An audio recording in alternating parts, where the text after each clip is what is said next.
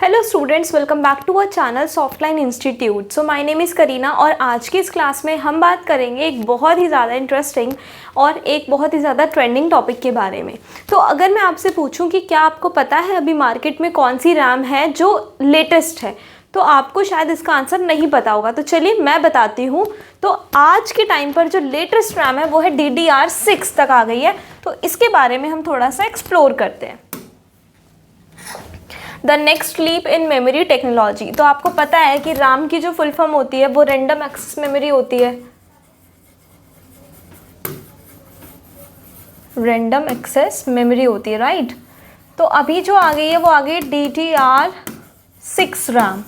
चलो देखते हैं। So DDR6 is engineered to shatter current performance ceilings driven by the escalating data requirements for modern applications। Modern applications को जो है उसको एक्सेलरेट करने के लिए बनाई गई है।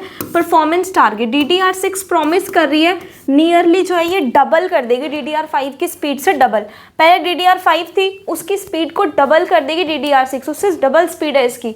टारगेट कर रही है 17,600 MT पर second compare to DDR5 theoretical maximum of इतना। जो DDR5 की स्पीड थी वो थी 8400 MT पर सेकेंड, बट इसकी जो है वो है 17,600 पर सेकेंड। सो ऑलमोस्ट डबल ही हो रहा है।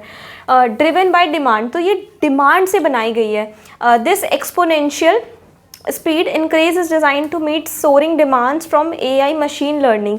तो जो मशीन लर्निंग है, AI है, उसको जो है वो स्पीड काफ़ी अच्छी हाई परफॉर्मेंस चाहिए होती है, तो उसके लिए बेसिकली ये बनाई गई है।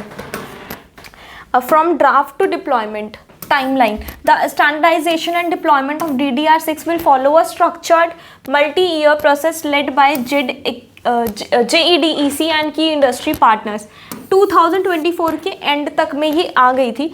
JEDEC फाइनलाइज कर रही है कि फर्स्ट DDR6 ड्राफ्ट स्पेशलाइजेशन करें, तो 2025 में इसका स्पेशलाइजेशन कर दिया गया। Laying the foundation for manufacturer compliance. Question number 2 की अगर हम बात करें, low power version LPDDR6 specification draft is expected for mobile and energy efficient devices। तो Q2 2025 जो है LPDDR6 ये मेनली ये मोबाइल्स के लिए बनाई गई है। 2026 में क्या होगा, प्लेटफॉर्म लेवल टेस्टिंग और वैलिडेशन फेजेस बिगिन शुरू हो जाएगा, इंश्योरिंग कंपेटेबिलिटी, जो कंपैटिबिलिटी है वो CPU और GPU की काफ़ी अच्छी बने। और 2027 के बाद मास कमर्शियलाइजेशन बिगिन होगा। उनका फोकस होगा सर्वर प्लेटफॉर्म्स की स्पीड को बढ़ाना। उसके बाद है industry titans driving DDR6 forward. Global leaders in memory manufacturing and silicon design are collaborating to accelerate the roll out of DDR6 prototype testing. Memory manufacturers like Samsung, SK Hynix and Micron have completed early prototype testing, showcasing initial performance matrices. Ecosystem integration collaborations are actively underway with silicon giants Intel, AMD, Nvidia and for seamless platform integration and optimization के लिए। फिर important इसमें है architectural innovation powering DDR6। तो सब channel ship बनाया जो 32 bit का था पहले, बट अभी 4x24 बिट का हो गया है। फॉर्म फैक्टर की बात करूँ तो इंट्रोडक्शन इसमें CAM CMM2 का आपको देखने को मिलेगा। सिग्नल इंटीग्रिटी बहुत अच्छी, रिलायबिलिटी इन्हांस टेक्नोलॉजी है, टेक्निक्स को है जो बढ़ाया गया है।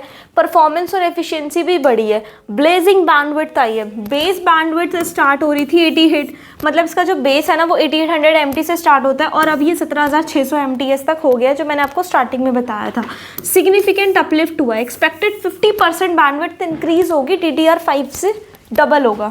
और पावर एफिशिएंसी भी काफ़ी अच्छी है इसकी, इम्प्रूव किया इसने पावर एफिशिएंसी को। लोअर ऑपरेटिंग वोल्टेज सिस्टम्स होते हैं ना, तो उनके लिए काफ़ी ज़्यादा बेनिफिशियल हो सकती है ये वाली रैम।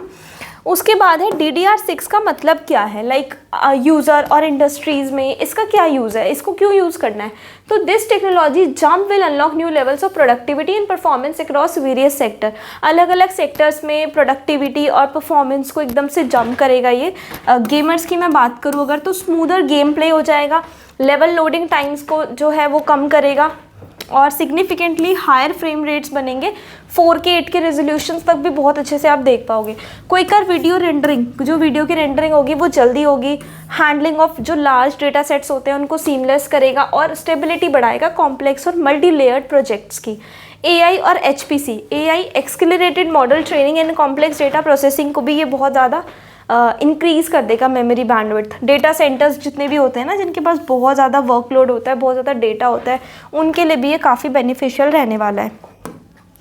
कंपैटिबिलिटी की और ट्रांजिशन चैलेंजेस की अगर मैं बात करूं तो DDR6 नेसेसिटेट्स करता है फंडामेंटल चेंजेस को at the platform level and requiring careful planning for businesses and consumers. Platform dependence, DDR6 require करता है new motherboard and chipset designs. Major platform ships are anticipated in the 2026 to 2027 time frame. Limited compatibility है, DDR6 memory slots are physically and electrically incompatible with DDR4-5 and users must budget for a full platform overhaul.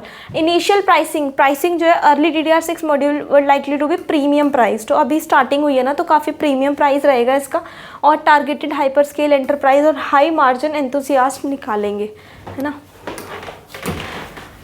उसके बाद ये देखो, ये है आपका leaps, जो है वो लीप्स को कंपेयर कर रहे हैं। अभी जो रैम आई है ना, वो वाली 3 जनरेशन, उसका इतना बैंडविड्थ जा रहा है। शुरू में इतना था, फिर इतना आ गया, और अभी इतना जा रहा है। लुकिंग अहेड देखते हैं DDR6 का जो एरा बिगिन हुआ है वो कैसे 2027 2026 तक किस तरीके से चेंजेस लाता है रैपिड इनोवेशन न्यू स्टैंडर्ड्स के साथ।